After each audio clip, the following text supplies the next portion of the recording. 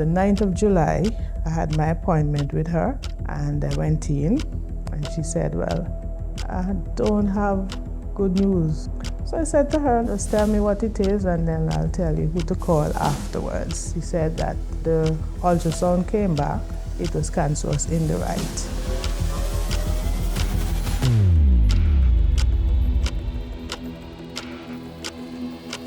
Good day, everybody out there, our Antigua and Barbuda Workers Union members and those joining us on Facebook. We just want to say good day and thank you for joining us. We're here with the lovely, the beautiful, and the very pink Theolinda Charles. Good evening. So how are you doing today? I'm wonderful. I've never been seeing you on TV and you've been making your rounds, but I'm going to have to ask you again to tell those who probably don't know us yet your story. On July 9th, 2019, I had my usual appointment because I had checkups that I was doing months before because my doctor alerted me that he saw a lump in my left breast. So I needed to go and do ultrasound. But I said to him that I was scheduled for ultrasound in April. And when he was telling me the story, it was in February. So he said, no, I needed you to go and do one right now. So I said to him, okay, I'll go and do one. He said, well, you might have to go private. I said, no, don't have the money for that. So I'll just pray to the Almighty God. Anyway, went and did the ultrasound and the result came back in, I think, May. And the doctor at outpatient met with me and she did the checks of both breasts. And she said she found lump, she felt lump more in the right than the left. So she advised me that we're going to do something they call localization biopsy, where needle localization, where they're going to insert the needle into the breast. And then I saw it on the screen and the doctor that was in the room said, those are the lumps that they're going to take out. So I said, you guys are the doctors, so do what you have to do with my permission, because this is going to let me know what is going on with my body. And the biopsy came back in June, and she said that it was on the weekend, and I think it was the 9th of July, I had my appointment with her, and I went in, and she said, well, I don't have good news, so do you want to wait for somebody to come in? Because at that time it was myself alone. So I said to her, no, just tell me what it is and then I'll tell you who to call afterwards. So she said that the ultrasound came back that it was cancerous in the right. So I said, okay, let's take out your diary, let's do the appointment to do surgery. So she said, you don't want to wait and see, let's go and speak with the oncologist. I said to her, yes, we can speak with the oncologist, but I made up my mind that it's cancerous, so we're going to remove the breast. And when we do the test on the left and it came back and it's positive, we're going to remove that one as well. And she says, okay, do you want me to call anybody? I said, okay, call my brother at CUB. And I told her to call my good friend who works at the union here. And both of them came, but by the time they came, I already made up my mind what I was going to do. So they said to me, but why did you call us? I said, just for the moral support and to let you guys know what was going on with me. And I think my brother said he sort of had suspected because, like I said, I was going back and forth every other week for checks and tests and stuff like that. And before they came up, you know, me and the doctor was by ourselves talking. And then she asked if I wanted to be alone for a few minutes. So I said, sure. I made some calls overseas to family members and told them after I finished doing my crying And I made up my mind that breast cancer is not going to be a death sentence for me. I am going to be one of those persons who are going to help other women and let them know that stuff like this, you don't go into your shell. You let persons know. And some of my family members, like my other siblings, were saying, don't say anything to anybody. I said, no, I have to let everybody know what is going on with me, because I already had did the research that once I started treatment, I was going to lose my hair, my fingers were going to get dark, my body was going to get dark. So I prepared myself. So even when I met with the oncologist the same day, he was like, wow, you know a lot. I said, because I've been doing my research and I am going to be very positive. I said, breast cancer is not going to kill me. I am going to be one of those persons who are going to be an advocate for breast cancer to help other women. That is a very touching story, and I'm so happy you were able to fight, because we need you here to have these conversations, because this conversation might be helping another woman. Because when you went for your appointment in February, was it because you felt something, or do you just had a normal doctor's appointment? I always, from the time I turned 40, I told my doctor I wanted to do a mammogram because I knew of other women who were younger than 40 who were dying of breast cancer. So I was always pressuring him and say, so when am I going to do a mammogram? He says, I am not sending you to do any mammogram before you're 40. So I said, but I've gone to so many funerals, 20-something, 30-something, so I think I should go and do one. He says, not before you're 40. So as soon as I turned 40, I made the appointment. I showed up at his office and I demanded that I get the paper to go and do my mammogram. And the first mammogram I did, which was 14 years ago, it was very scary. I said to him, I'm not going back to do anymore. And I said, okay, I'm going to do one every year. He said, no, I'm sending you to do them every 3 years.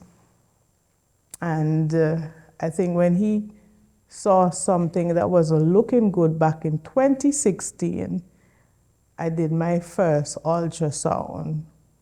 And everything was showing up, fatty tissues, stuff like that. So he had asked me to kind of cut back on certain things that I ate. And I did for a while. It was very hard to do, and then it was 2019 now when I did another mammogram, which I always do around my birthday in January. And then he saw that he didn't like to see the mammogram. So then he sent me for further tests, which was the ultrasound, and that's when everything showed up. So you think early detection? And it was early detection, stage 2. So I started calling like family members, like my first cousins and my sister, to let them know that, you guys need to go and get checked. Because I have family members who are breast cancer survivors, but they're like 4th and 5th cousins and stuff like that, no mother and sister, nothing like that. So, but I just, and I call up persons that I grew up with, my old school friends, and I tell them, look, if you never did a mammogram, go and do a mammogram. And I encourage other women, and I told men to be there with their wives, be there with their girlfriend, because I find out for some men, it's not an easy thing to hear if your wife has breast cancer or your girlfriend has breast cancer. They just start to freeze up. They have this thing, oh, I'm going to lose my wife, I'm going to lose my girlfriend. So I had guys that I would talk to and said, it's not a death sentence, and I let them know there are persons living 30, 20-something years with breast cancer, and it's not a death sentence. Once you do everything that you are supposed to do, be positive, have a positive mindset, and you'll be good, because I'm a 4-year survivor. And we're grateful for that. What do you think was the most important things that helped get you through your journey? Prayer, positive persons who were also survivors who have been down that road. I turned to them. They gave me advice. I had friends that gave me books to read. I also did my own research, and a lot of prayer warriors and positive prayer warriors. There were persons who, told me negative stuff and told me not to do any treatment. There were some persons that said, don't bother with them, girl. You don't have any cancer. So persons like that, I just said to them, okay, have a good day. And I just didn't keep in touch with them because I didn't want no negativeness with me. And I joined Breast Friends. I always was volunteering with Breast Friends, but I decided, let me join Breast Friends because Breast Friends is a group that will help persons. You're able to ask questions. They have different seminars. They have persons that come and teach us about Breast Friends, persons who are survivors, so you know that you're not on the journey by yourself. And I always say to women, encourage them to go and do a mammogram, even though you don't, because I did not have any pain. And the time person said, no, I don't have no pain. I tell women all the time, I did not have any pain. I just went for my usual mammogram, and it showed up, and I was glad that I went and did everything that the doctor said to do. Because some persons, you go to the doctor tell you something, and you decide, I'm not bothering with him. I'm going home and do whatever I had to do. But I know once I got that news, I had to do something because your whole body is going to change. You're going to have to go to treatment. So you have to have a positive, you have to have prayer, and you have to talk to God by yourself, with persons. And I'm not going to say that I did not cry, especially when I had to tell my mother afterwards, because at first I did not tell her. I told like my brother, my sister, cousin, a couple family members. But then when I had to sit down and tell my mother, no, that was the hardest part. But I had to be strong because she's going to see me crying then, so I think with me being positive and was able to prepare myself for surgery, prepare myself for treatment, and everybody said, wait, you know what you're going to do? And I said, yes, and I went into surgery that morning with persons like, I have to say, Dr. Jackie Quinn. She was my prayer warrior. I have Sister Stacy Ladu, who was there with me, my brother Theolinda Charles, and a cousin Janet Webson from New York.